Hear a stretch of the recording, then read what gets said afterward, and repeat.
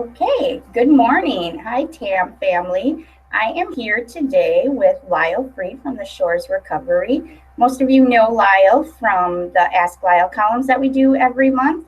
But this time we thought we'd mix it up a little bit and do kind of a live video with him. So, Lyle, welcome. Thank you. And I've got Dr. Laura, head of our family program, with us as well. Hello. Hi, Dr. Laura.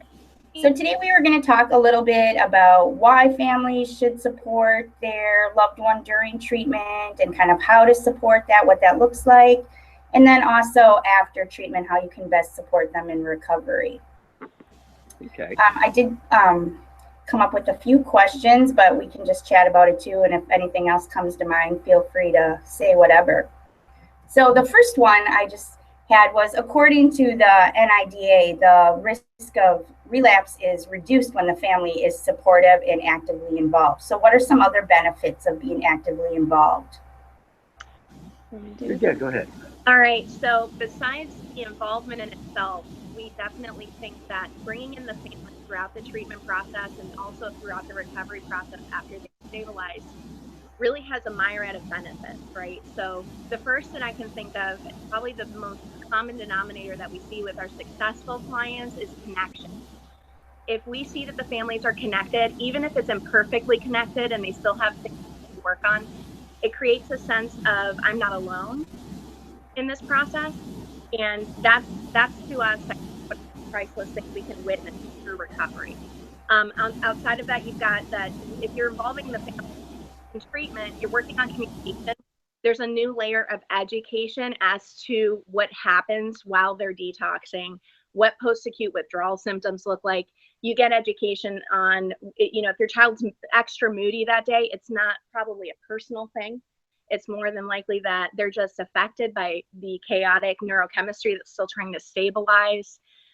You also learn how to set boundaries.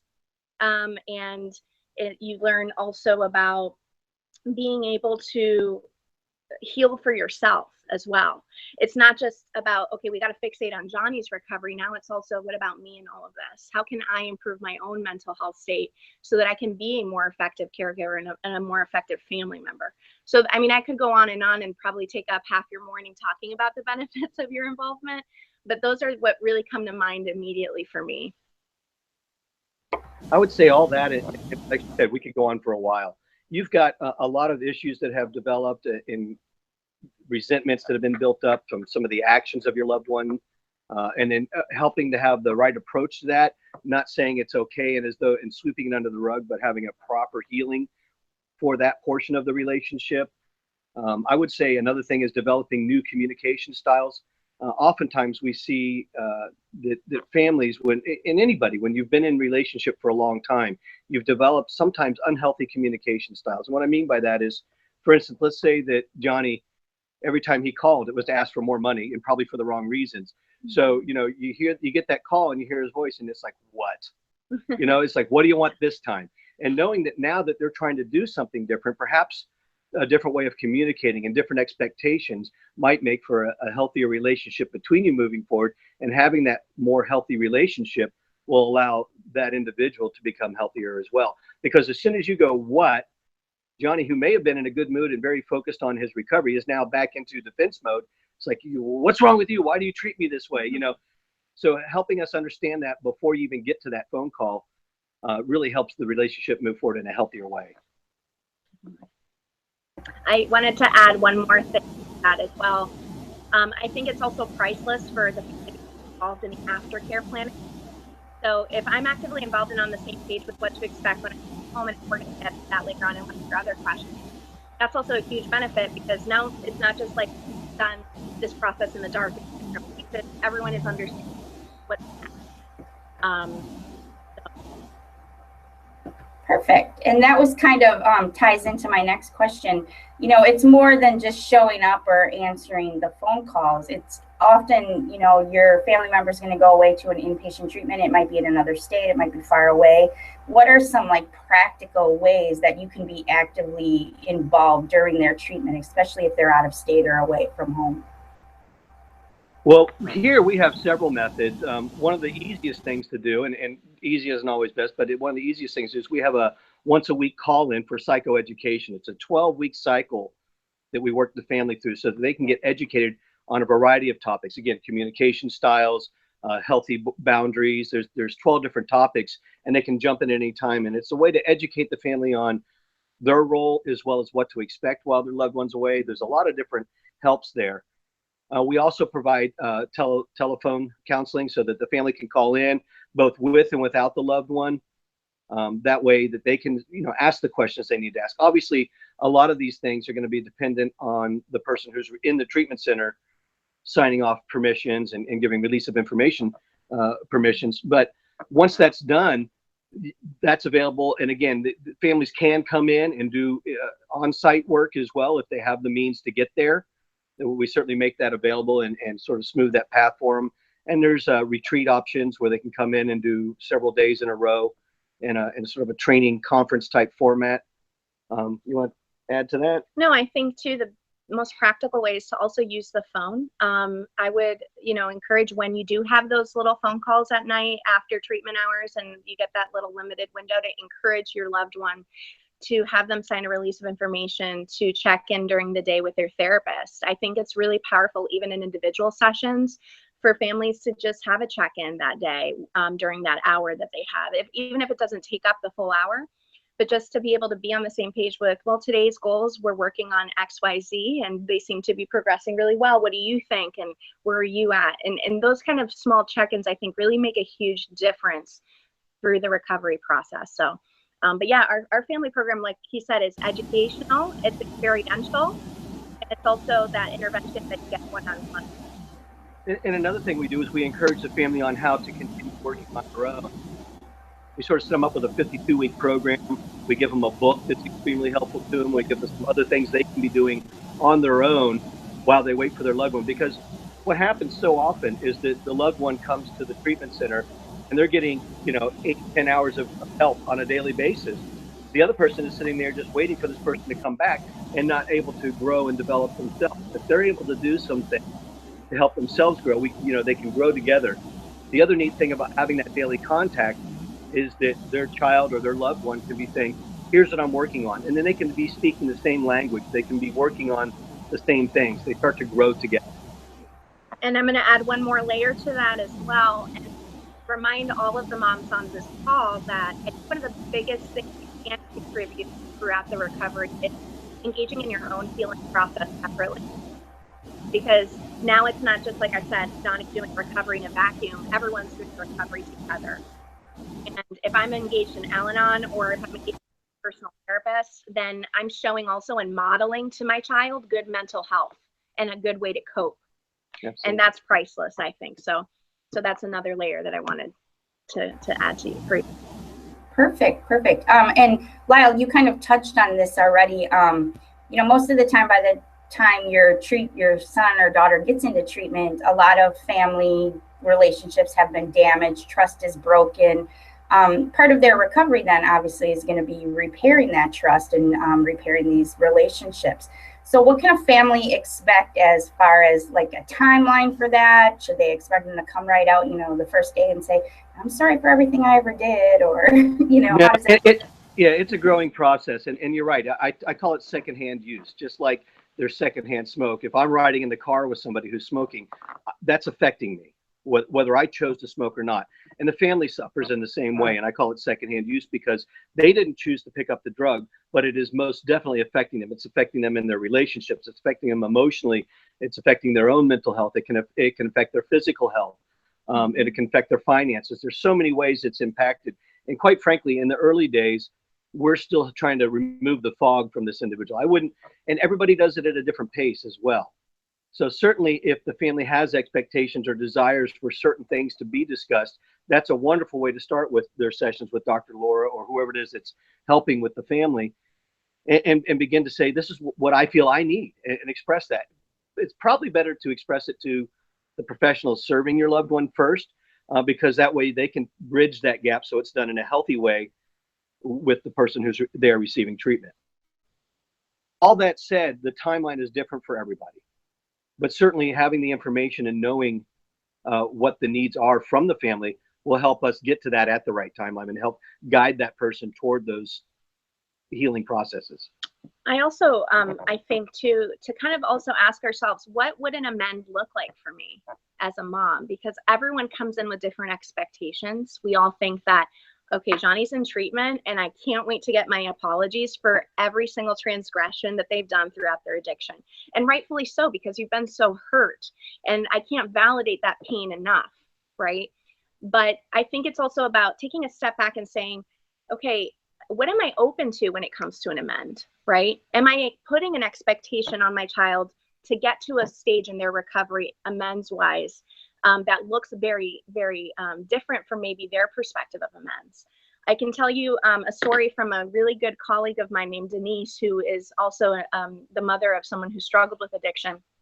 She told me that when her son went into treatment, she was just waiting, you know, every day when she got that phone call for that amends, that just cathartic, Mom, A, B, C, D, E, F, G is what I did to you. And I am so sorry. And here's a 5-page letter of why I'm so sorry and what I'm going to do differently.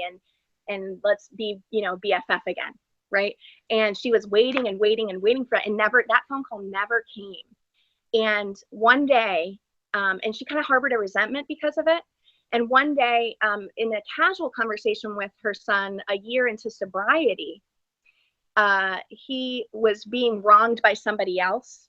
And she said, wouldn't you want that person to give you that apology and that amend? And he said, no, Mom, the best way that person can give me an amend is by living their recovery every single day and choosing sobriety and choosing to live a life that's dignified and worthy of connection and love.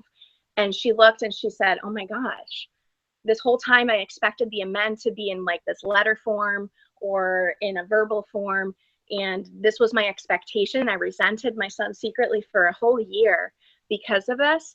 And really the way he gave me that amend was through living a life that was clean and sober and connected. And so, and I'm not saying that's everyone's story, but I just want to give you guys a different lens of what amends look like. Now, timeline wise, it varies from person to person. We've had people make amends, which is the step 8 out of 12, right? Mm-hmm. And that takes, some people are still a year into sobriety now at the very end of their 12th step, right? So it takes a while, and for some it might not. For some, they get in, I think, their first week in treatment and they call and they say, oh my gosh, Mom, I'm so sorry for all the stuff I did to you. Please forgive me. So everyone is different. And I think that we know our children best and we know the way they say sorry at this point. So so I wanted to throw that out there. And having that open line of communication that we talked about earlier, so that if you have a need that you feel is unmet, finding a healthy way to express that and say, you know what, I'd really love to hear from you. Yeah. You know, I mean, being honest about your emotions, your needs as well. Doing it in a way that's not going to shame or push them back or put up walls. And again, that's why you have professionals there to help you to sort of guide that process. I think too, in my experience clinically, what I've always told the parents is when they're expecting that amend and that apology, I tell them first to also introspect and say, where's my role then in all of this in terms of hurting them? And maybe writing them, if they really want that letter, that cathartic experience, start initiating maybe your own letter and see how that'll just open the floodgates of communication, because now their walls are down. That they're seeing the humility coming from you as a parent and saying, you know what, I've looked back through my recovery process to realize that I've also hurt you. And here's the way I want to say I'm sorry. And that's also, I think, for them to realize, oh, it's that modeling again. Wow, my mom's modeling amends, and oh my gosh, me too. Let me tell you how I'm sorry as well. So those are some other approaches. Great, thank you. And then another thing, you kind of touched on this as well, is how, you know, everyone in the family needs recovery. Everyone has to work on themselves. Say maybe your child didn't go to as, you know, comprehensive of a treatment as the Shores. What are some, you know, other healthy ways that you can restore your family environment and kind of get recovery for everyone in the family on your own? Well, you know, there are support groups there. TAM is obviously a huge support group. Having those discussions with other moms and getting other perspectives, Al-Anon and Nar-Anon and some of the other options out there as far as supports. If you're in a faith environment and you want to speak to you know, your clergy, that's helpful. There's a lot of things you can do to sort of grow on your own and get insights. And there's some reading. There's a book that we give to the families by Deborah J that is extremely helpful, and we recommend to everybody. There's a lot of materials out there. And again, the support groups are going to be huge for you. And don't do it alone. That's the main thing. You know, if you don't have those kind of comprehensive services available, and just try and get as much information and learning as you can. Videos like this, staying connected with other moms. And don't get me wrong, one of the drawbacks of some of the support groups is we're expecting to experience what that other person told me they experienced, and it won't always work that way. Everybody is individual. So, you know, you can get, you know, a little to the side of, gee, I'm so glad my son's doing so much better than that person, or doing as well as that person. And it's not a competition. It's just a learning experience. I think too, one of the biggest ways I tell the loved ones that I work with is the biggest thing you can do for yourself is engage in your own recovery. To kind of deny that we weren't affected by addiction and impacted in addiction is going to be a disservice to you. If we put all of our energies, right, toward our loved one and their recovery and managing every aspect of it, making sure they're doing the right thing. And by the way, those things are natural as parents. That's the instinct that we have, but it drains us to the point where at one you end up burning out. And so this book, okay, it's called It Takes a Family by Deborah J.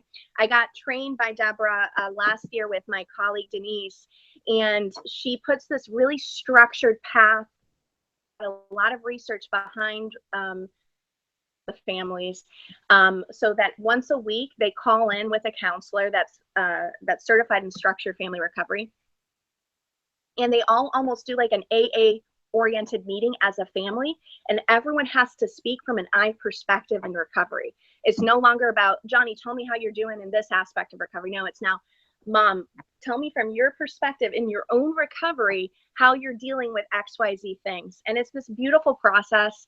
It's based and modeled after the Physician's Health Program, which has some astounding statistics in recovery. And I would go on and on about it, but I know we're limited in time. But I encourage you guys to get the book and just start reading it and looking up resources to maybe engage in this program.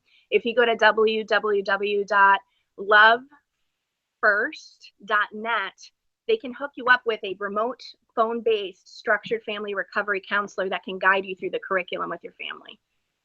So that's another way you can get involved. That's awesome. Thanks. Was that Put Yourself First? www. Put Yourself First? No, it's Love, Love, FIRST.net. And it's the website for Deborah and Jeff J., who are the authors of the book, and amongst a slew of other recovery books and intervention models. And it's a great little resource for families. Great, thanks.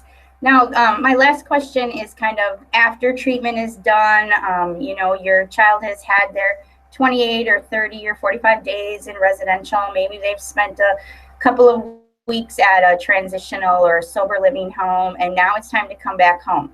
Obviously, that's a big change for them. You know, they're not going to be surrounded by the recovery community 24/7, and you know, it's going to be a big change for you at home as well. What are some ways that you can prepare yourselves and your loved one to come back home? Did you want yeah, I think first and foremost that ideally the loved one that's coming back home has had a proper and extensive a follow-up plan involved, a discharge plan that includes what they're going to do, when they're going to do it, where they're going to go. So if that person is going back home and they found that support for them, then when they're going, where they're going, how they're getting there, and who's going to be holding them accountable. Expectations from each family member, what is expected of you, and those expectations. Are we hoping that this person will go back to school or will get a job? And if so, what is a reasonable time to expect them to find this job? And how much time should they put at work that might take away from the ongoing recovery? Because we know that, you know, here we try and get 90 days of engagement because the data just shows us that's better. But we also know that even then, recovery continues. You know, your recovery doesn't stop when you walk out the doors of that treatment center. No. That's really the beginning of the journey. Yeah. Right. That you have, we call it the shortest treatment and recovery, because during treatment is what you're doing with those professionals around you. Recovery is what you do for the rest of your life.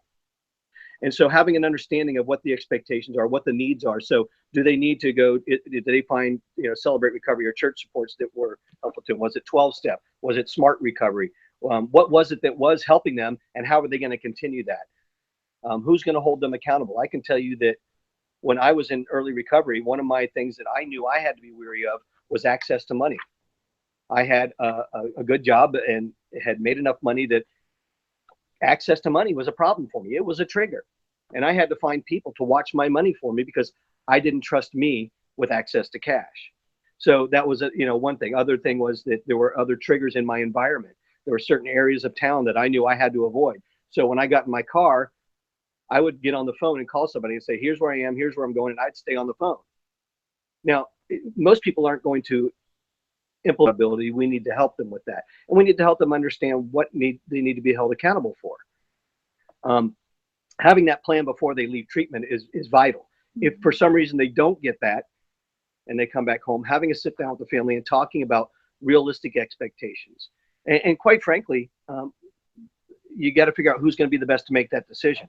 Some clients may leave us and go to their family and say, I need to, pay off my debts. I feel really bad about the financial ruin that I caused my family. So I'm going to go get 2 jobs, and they're working 60, 80 hours a week, and they leave no time for their recovery, and that's a disaster.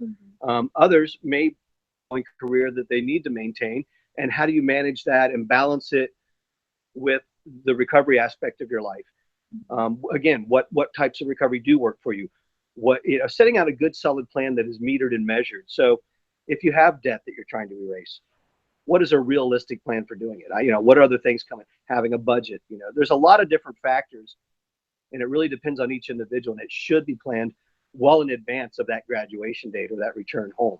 If the family has expectations, they should probably talk to the people that have been helping their loved one to see if they're realistic.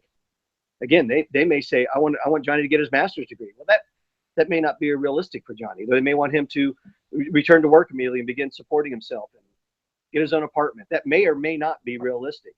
And having a good understanding of what is helpful and healthy for that person will save a lot of heartache down the road. I think I want to resonate my opinions alongside Lyle's, but I think one of the biggest things, to sum it up for you, and something that also helps me as a clinician, because there are so many different loose ends, but I always say the 3 hallmarks, okay, are structured routine and sense of direction. It's accountability layers, like you so beautifully depicted for you guys, and it's connection and support. If any 3 of these guys are missing, recovery is most likely not going to thrive very well.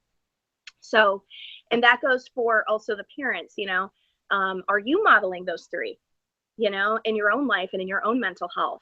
Because one of the most powerful things we know about long lasting change are group norms. If I have a household that is modeling and creating a group norm of good mental health, good structured routine and sense of direction and purpose, and good accountability and connection, then chances are that loved one who is in that household and is observant of this group norm is going to want to join that. Okay, just as much as if they're involved in a household where everyone's using around them, they're most likely going to relapse, right? So the same group norms can be applied for recovery. So just make sure you always check in. Do I have structure and routine? Do I have accountability? And do I have connection and support? And that's probably the biggest thing I can contribute on that answer. Another thing is, if you do get the book, It Takes a Family, the one I showed you earlier, in the very back of the book, it delineates pages upon pages of a hands-on recovery plan with all the same elements that the Physicians Health Program do. And it's a really great hands-on, very realistic recovery plan that not only is filled out by the addict, it's filled out by the parents as well. And the addict also has to have a checklist of relapse warning signs. It's really important. I think part of coming home is knowing what it looks like to be in relapse mode. Okay, so there's a whole checklist that the addict fills out and says, this is kind of what I do when I start to fall off my bandwagon of recovery. Conversely, the family members have their own relapse warning signs for emotional sobriety. So now you guys have to checklist also. This is what happens when I fall off my bandwagon of recovery too. And now it's not just Johnny. It's not all on Johnny's shoulders anymore. It's everybody coming together and saying, we all have to put in the work. And I think that's a really powerful thing. So. Great, thank you. So lastly, I just want to ask you to give out your website for the Shores, because I know you have great blog pieces on there and tons of information too that can be really helpful for families. Sure, and there is a lot of information, and it's far enough. You may have to dig through some of them to get to what your particular topic is, but it's real simple. It's theshoresrecovery.com. Okay, great. HTTP, Well, just HTTP, I think yes, but it's just type in theshoresrecovery.com and it'll take you right to it. Great. Thank you both so much for sharing with us today. Thank you. And we'll talk to you again soon. Thanks. Bye-bye. Guys, bye. Bye.